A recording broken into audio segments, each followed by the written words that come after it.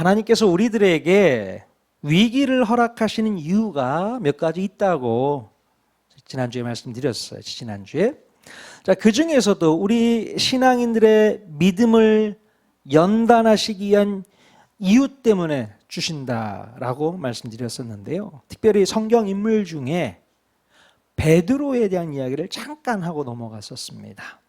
이 베드로는 예수님의 12 제자들 중에 수제자로서 나름 자부심이 대단했던 사람이었습니다. 자, 예수님의 12 제자 중에 탑이었어요. 수제자였단 말이죠. 자, 예수님께서 최후의 만찬 자리에서 오늘 밤에 너희가 다 나를 버리게 될 거야, 이런 말씀을 하시자 그 옆에 있었던 수제자 베드로가 뭐라고 답했는 줄 아십니까? 아니, 예수님, 모두 다 주를 버릴지라도 나는 결코 예수님을 버리지 않겠습니다, 이렇게 호언장담을 했단 말이죠. 무슨 말씀이십니까, 주님? 다 버려도 저는 안 버립니다. 저는 수제자잖아요. 저는 버리지 않습니다, 이렇게 얘기를 했었어요. 자, 그때까지만 해도 베드로는 예수님을 위해서 목숨까지도 버릴 수 있었던 것 같아요. 그리고 다른 제자들보다 자기 자신이 예수님을 가장 많이 사랑한다라고 생각을 했던 것 같습니다. 자, 그런데 바로 그날 밤에 베드로에게 일생일대의 위기가 찾아오게 됩니다. 바로 가룟 유다를 비롯한 대제사장 세력들이 예수님을 체포해 가게 되었던 것이죠. 자, 전혀 상상하지도 못한 사건이 베드로에게 벌어졌던 것입니다. 어떻게 예수님께서 체포를 당할 수 있는가? 아니, 예수님이라면 아무런 저항 없이 쉽게 체포를 당할 분이 아니실 텐데 속수무책으로 끌려가는 모습을 물끄러미 지켜보면서 베드로는 큰 충격에 빠졌던 것 같아요. 자, 지금까지 보아왔던 예수님의 모습이 아니었기에 베드로는 두려움이 엄습해 왔던 것입니다. 초자연적인 기적을 수도 없이 일으키셨던 그 예수님이 이렇게 끌려가다니, 이건 말도 안 돼. 도대체 이게 무슨 일이야? 자, 베드로는 예수님께 어떤 일이 벌어지게 될지 눈으로 확인코자 몰래 따라가게 되죠. 자, 그런데 예수님께서 대제사장의 집에서 조롱과 멸시를 받고 고난받는 모습을 보고서 베드로가 멘붕이 되어버렸어요. 아니, 어떻게 된 게 예수님이 저런 고난을 받나, 저런 조롱을 받나, 그런데도 왜 가만히 계시나. 자, 그런데 이 베드로는요, 결국 예수님을 모른다고 부인하게 되는 일까지 벌어지게 됩니다. 예수님께서 그렇게 말씀하셨거든요. 자, 베드로는 일생일대의 위기 상황 앞에서 결국 자존심을 지킬 수 없게 되어버렸습니다. 정말로 누구보다도 예수님을 사랑한다고 생각했었고 모두 다 예수님을 부인해도 자기 자신은 예수님을 부인하지 않겠다고 호언장담을 했었는데 한순간에 이것이 깨져버렸습니다. 자, 여러분, 바로 이 순간이 예수님께서 베드로를 훈련하고 다루시는 시간이었다는 사실을 기억하셔야 돼요. 어쩌면 예수님께서는 베드로의 자존심을 완전히 박살내 버리시면서 이 베드로의 교만과 오만과 경솔함을 꺾어 버리셨는지도 모르겠습니다. 자, 베드로는 엄청난 통곡과 함께 자신의 자존심을 버리고 회개하며 그때부터 나아가게 되죠. 아마 그때부터 죽을 때까지 다른 제자들 앞에서 교만할 수는 없었을 거예요. 어떻게 교만을 떨겠어요? 자기 자신이 수제자로서의 권위를 스스로 내려놓지 않았을까 싶습니다. 야, 내가 무슨 수제자야. 예수님을 모른다고 배신까지 했는데 나는 수제자 될 자격이 없어. 그냥 바닥으로 내려놓지 않았을까 싶습니다. 예수님을 배신한 이 수제자가 어디서 감히 명함을 내밀 수 있겠어요? 더 이상 찍소리하지 못하고 눈에 띄지도 않는 구석에서 있는 듯 없는 듯 지내지 않았을까 싶습니다. 자, 예수님께서 부활했을 때에는 이 베드로는 더더욱 기가 꺾여서 예수님을 자신 있게 쳐다보지도 못했을 겁니다. 어쩌면 다른 제자들 중에는 예수님을 배반한 수제자라는 별명을 몰래 지어 부르면서 이 베드로의 자존심을 긁었는지도 모르겠어요. 몰래 베드로를 욕했을 수도 있겠죠. 자, 그러나 여러분, 저는 이 과정이 베드로에게 꼭 필요했다라고 생각을 합니다. 베드로에게 찾아온 이 위기는 베드로의 이 권위 위식을 꺾어버렸고 모든 인간적인 자존심을 내버릴 수 있는 좋은 기회가 되었을 것입니다. 자, 베드로가 가지고 있었던 모든 교만한 마음과 불필요한 권위 의식이 사라지게 되는 계기가 되었을 것이고 그 이후로는 더욱 겸손한 제자로서 주님께 쓰임받지 않았을까 싶습니다. 자, 여러분, 원래 오늘이 교회력으로 무슨 날인지 아실 수 있을까요? 오늘이 무슨 날일까요? 교회력으로. 잘 모르실 겁니다. 자, 예수님께서 부활하신 지 50일째 되는 날. 오순절 성령 강림절입니다. 바로 오늘 성령님이 강림하신 날을 기념하는 날이 바로 오늘입니다. 자, 예수님께서 승천하신 지 열흘 만에 마가의 다락방으로 성령님께서 강림하시게 되죠. 이제 예수님의 제자들은 그들의 마음 가운데 찾아오신 성령님과 평생을 동행할 수 있게 됩니다. 더욱 주님의 마음을 깨닫고 겸손한 마음으로 사람들을 섬기면서 복음을 증거하는 사명을 감당하면서 이제 살아가게 되죠. 자, 그러면 예수님의 수제자 베드로는 성령 강림절 이후에 어떤 삶을 살게 되었을까요?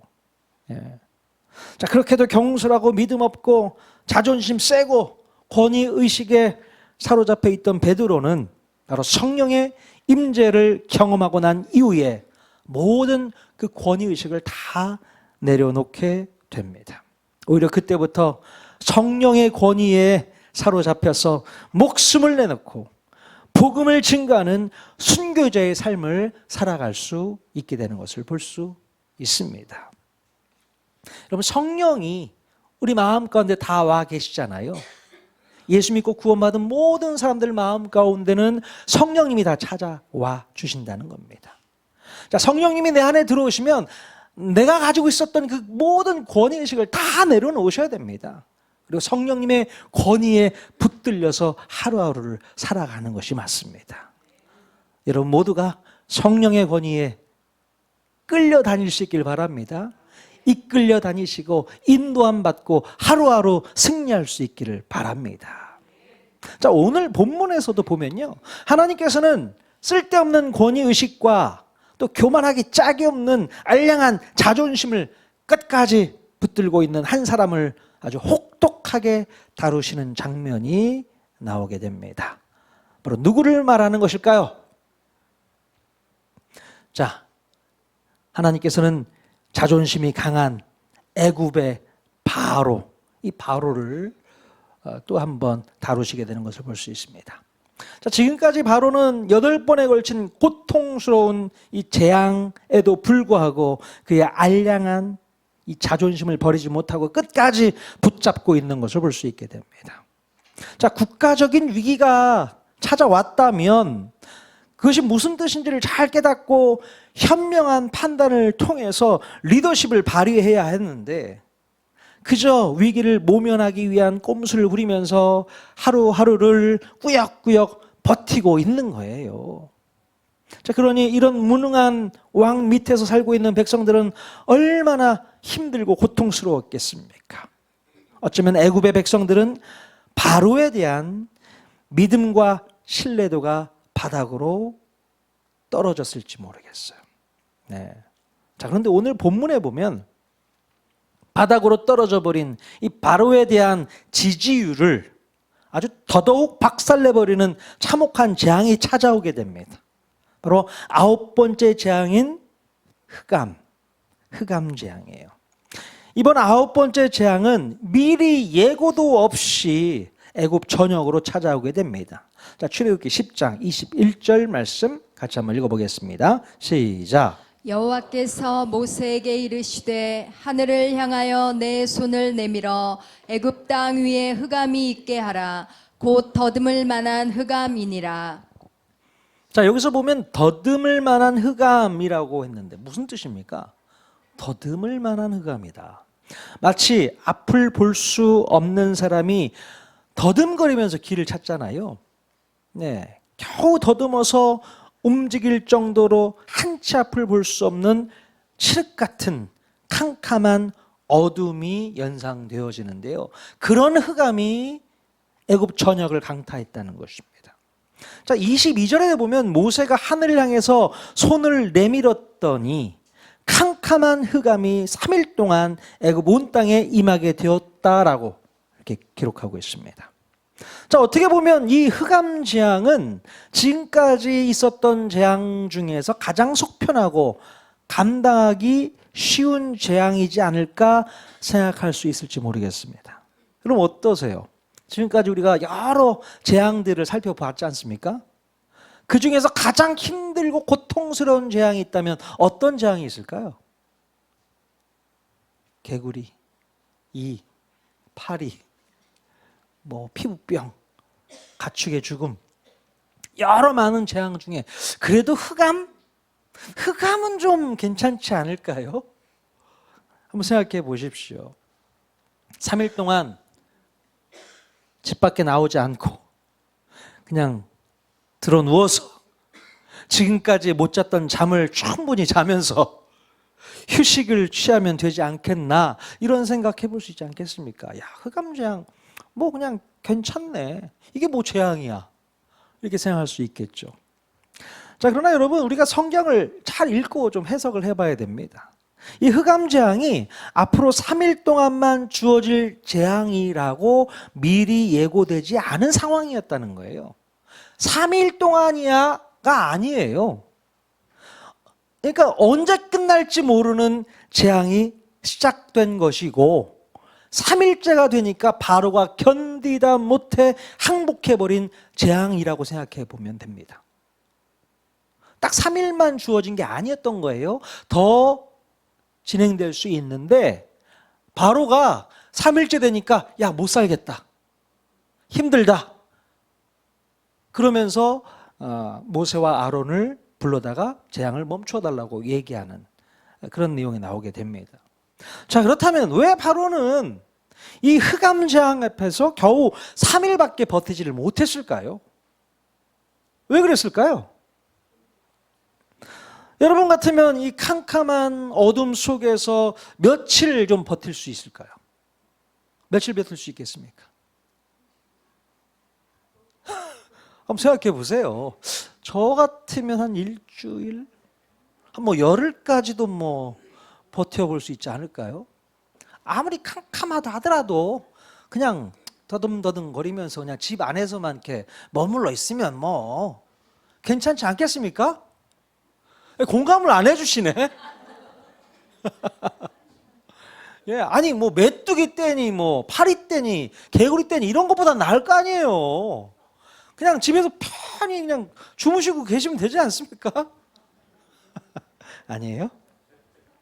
자, 어떤 분들은 아니 집안이 어두우면 촛불이나 등불을 켜면 되지라고 생각할지 모르겠지만, 이 흑암재앙은요, 이 작은 불빛도 집어삼키는 그런 흑암이었던 것입니다. 예. 그러니까 사람들이 서로 볼 수도 없었고 집에서도 움직일 수 없었다라고 이렇게 표현하고 있는 겁니다. 정말 빛 하나 없는 그런 캄캄함이죠.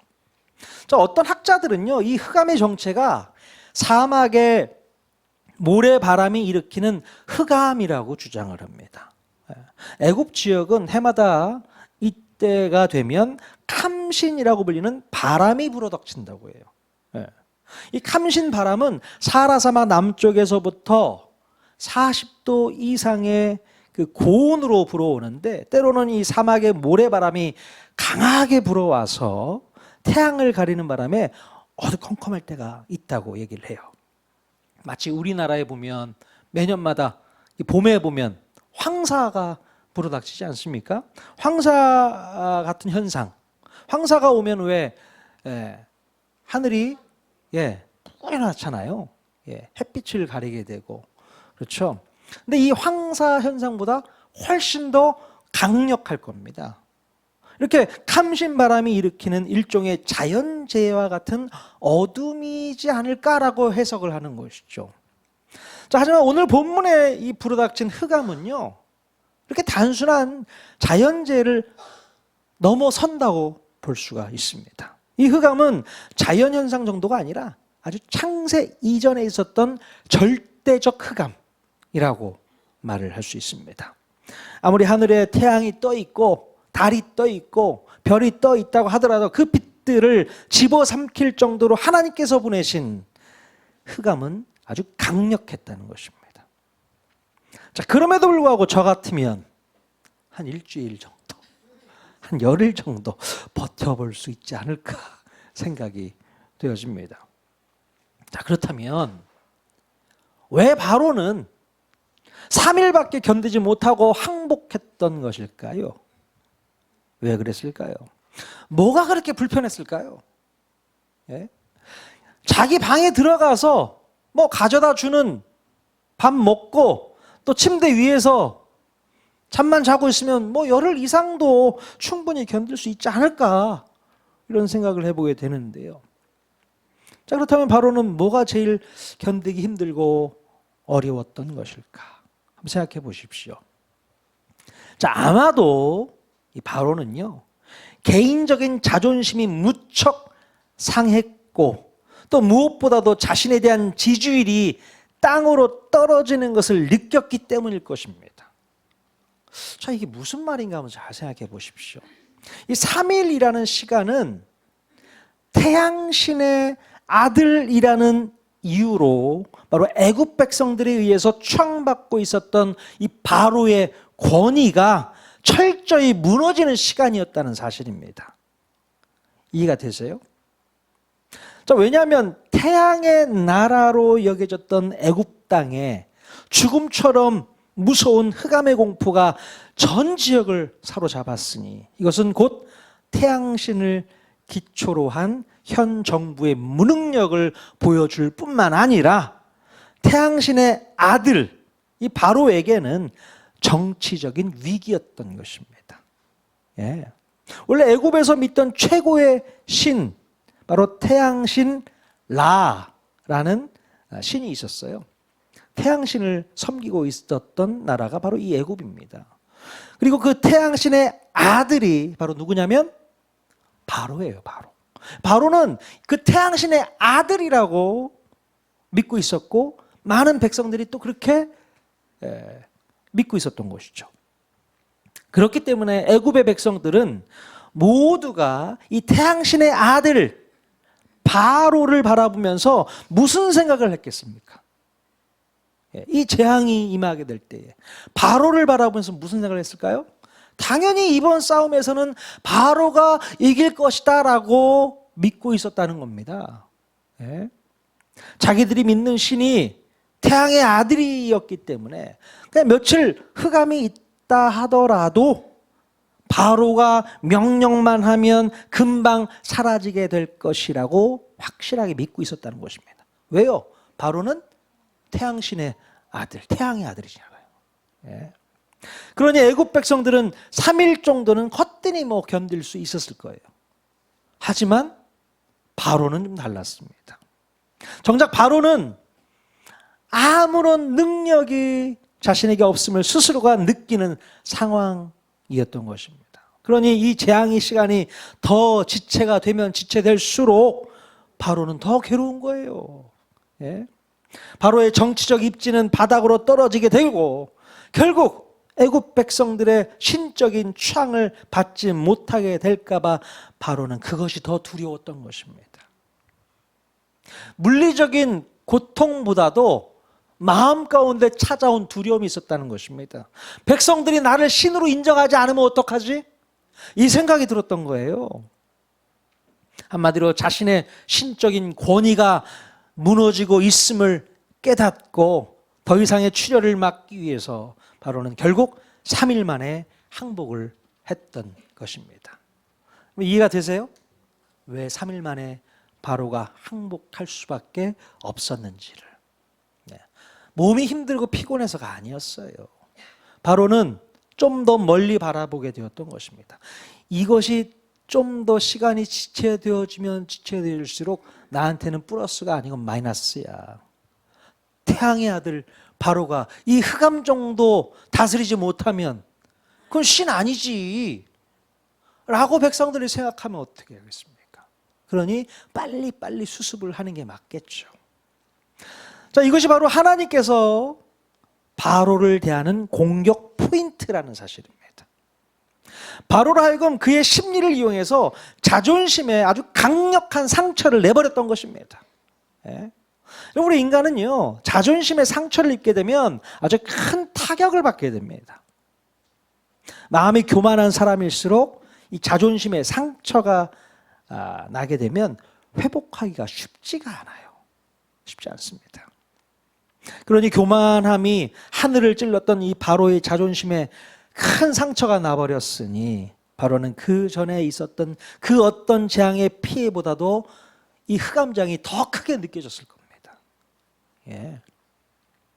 자, 그래서 바로는 모세와 아론을 급하게 불러서 상황을 수습하게 되고 또다시 위기를 모면하기 위해서 협상을 진행하지만 이 마지막 협상도 결렬되고 맙니다.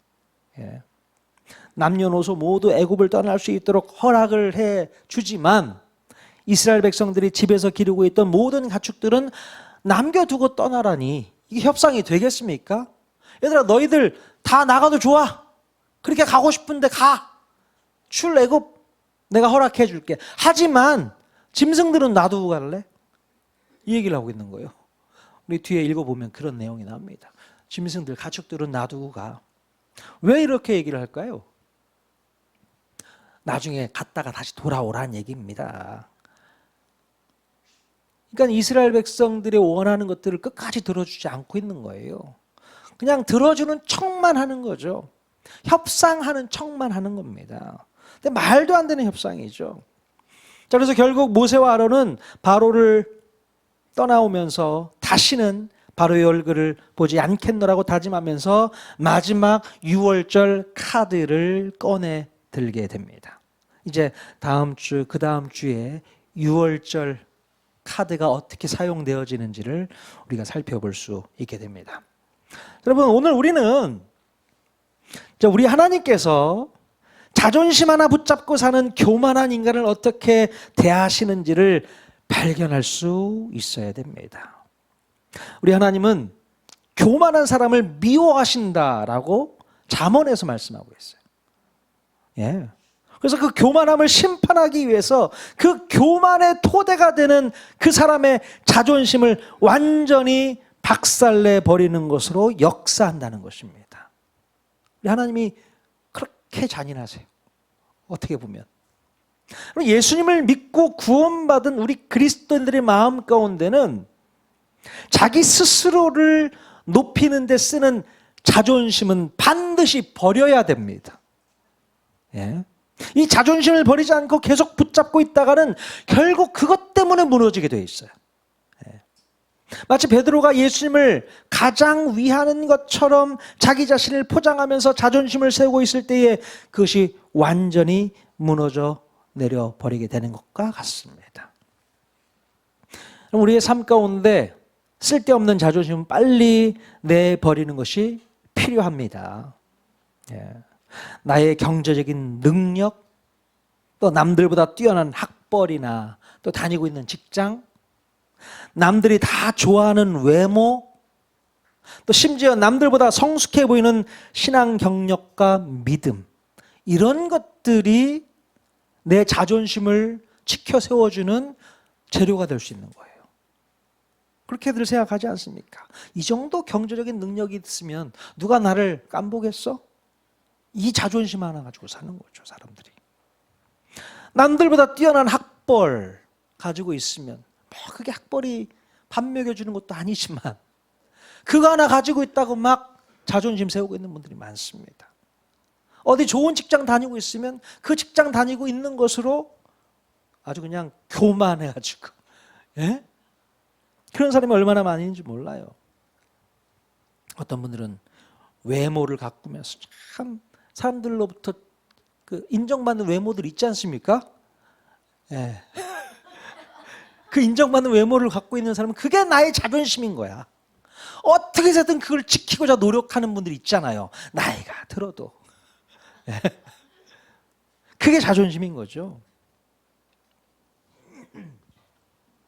자, 근데 아까도 말씀드렸지만 예수 믿고 구원받은 우리들이 신앙생활을 오래 하면 오래 할수록 신앙 경력 자체가 또 자존심이 될 수 있어요. 교회 안에서. 다른 거 다 내세울 게 없는데 내가 교회 다닌 지 10년, 20년, 30년이 됐다는 거죠. 내가 집사고 권사고 장로야. 이게 나의 자존심인 거죠. 그렇게 생각하면서 은근히 사람들을 하대하는 경우가 있을 수 있습니다. 이 자존심을 내려놔야 되는 거예요. 이게 무서운 겁니다. 이게 교만인 것이죠. 자, 이런 것들은 하나님을 온전히 의지하는데 아주 방해가 될 뿐만 아니라 내 마음 가운데 교만함을 부추기는 아주 나쁜 요소로 작용하고 있다는 사실을 꼭 기억할 수 있기를 바랍니다. 이거 내려놔야 돼요. 이 자존심. 여러분들은 어떤 자존심을 붙잡고 사십니까? 오늘 목장 모임 할 때 한번 나눠보십시오. 나는 다른 건 다 몰라도 요거만큼은 붙잡고 살아야 돼 하는 그 자존심이 있을 거예요. 그 자존심이 뭔가 한번 나눠볼 수 있기를 바랍니다. 그럼 그렇다면 바로가 붙잡고 있었던 이 자존심은 무엇이었을까요? 자기 자신이 태양신의 아들이라는 타이틀에 대한 이 쓸데없는 권위의식이 있었다는 것이죠. 예. 이 헛된 권위의식이 자신의 교만함을 부추겼고 또 그 교만함 때문에 하나님의 심판을 온몸으로 받아내야 하는 어리석음을 경험하게 되었던 것입니다. 이 바로의 패착이라고 볼 수 있는 것이죠. 빨리 그냥 그 자존심 내버리고 그래 그렇게 하자. 너희들이 원하는 거 내가 해줄게. 그래서 이스라엘 백성들을 내보냈으면 되는 거 아니겠습니까? 그런데 이 바로는 그러질 않은 거예요. 그 교만함이 자신의 자존심을 꽉 붙잡고 있었던 것입니다. 내가 이래봬도 태양신의 아들인데 어떻게 저들한테 져가지고 저들을 내보낼 수 있어? 나는 그렇게 못해. 무슨 일이 있어라도 난 그렇게 못한다. 바로가 이런 문제에 있었던 것이죠. 자, 여러분 쓸데없는 자존심이 있다면 빨리 내버리실 수 있길 바랍니다.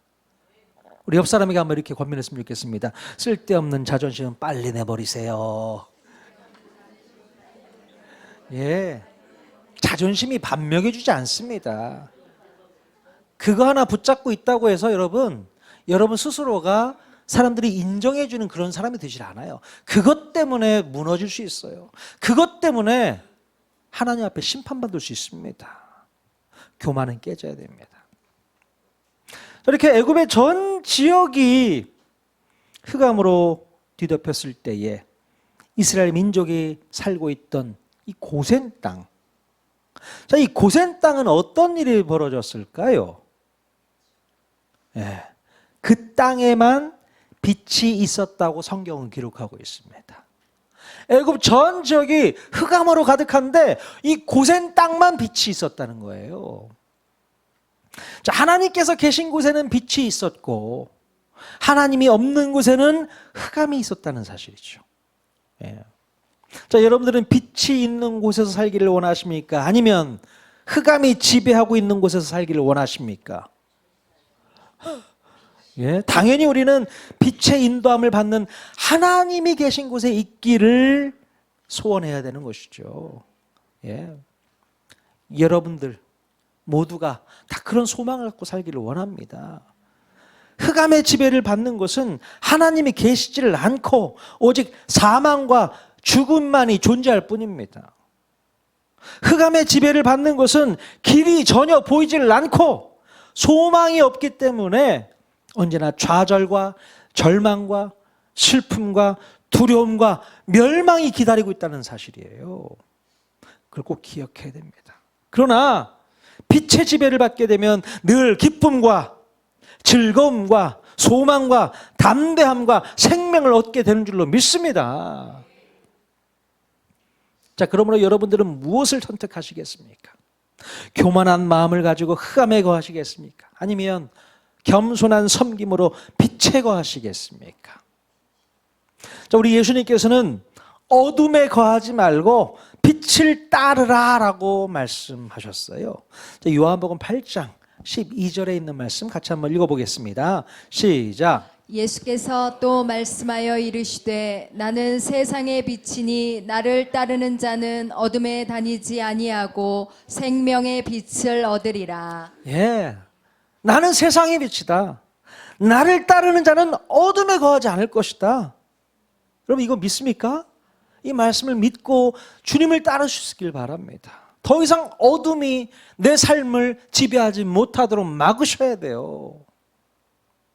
예수님을 따라가면 우리 마음 가운데 찾아온 그 어둠, 암흑, 이것이 사라지게 되는 거예요. 그리고 빛으로 가득 채워질 수 있게 될 줄로 믿습니다. 한 시편 기자의 고백은 이렇습니다. 하나님이 나의 빛이 되시기에 두려움이 없다라고 고백을 합니다. 자, 시편 27편 1절 말씀 같이 읽겠습니다. 시작. 여호와는 나의 빛이요 나의 구원이시니 내가 누구를 두려워하리요.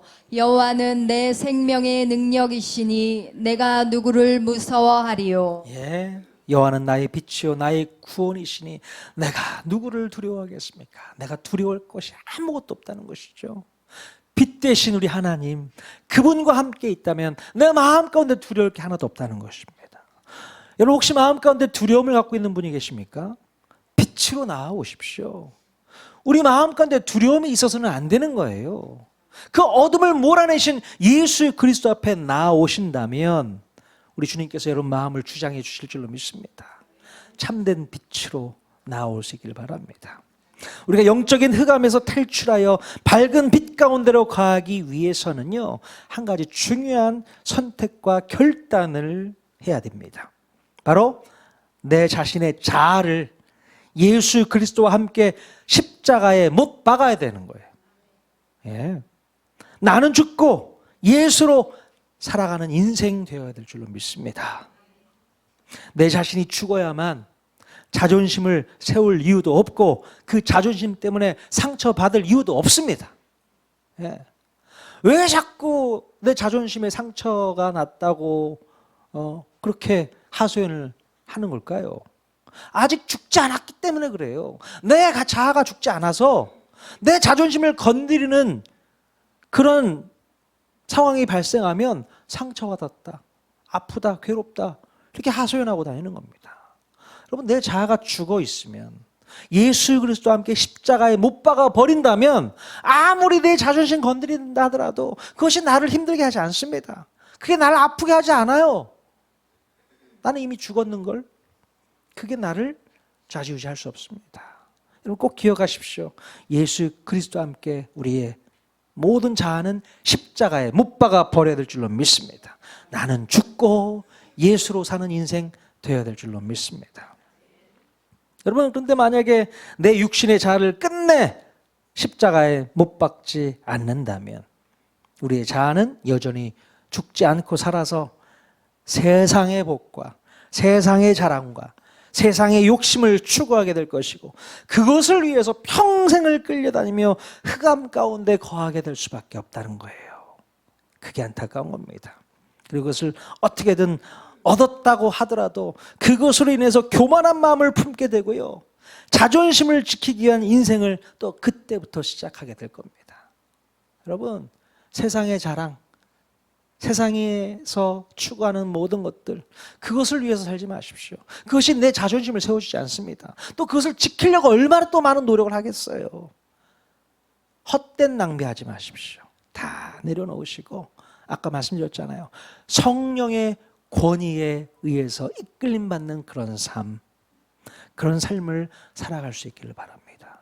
그것이 승리하는 삶의 비결인 줄로 믿습니다. 알량한 자존심 하나 붙잡고 살려고 하다가는 평생 제대로 못 삽니다. 행복하지 못해요. 어둠 가운데 여전히 살아갈 수밖에 없어요. 그 어둠에서 벗어날 수 있기를 바랍니다. 예. 이 바로와 같이 어리석은 삶을 살지 마시란 말입니다. 예. 빨리 내려놓으면 빨리 자유할 수 있습니다. 그 믿음 가지고 이번 한 주간도 승리할 수 있기를 주님의 이름으로 간절히 축원드립니다. 아멘.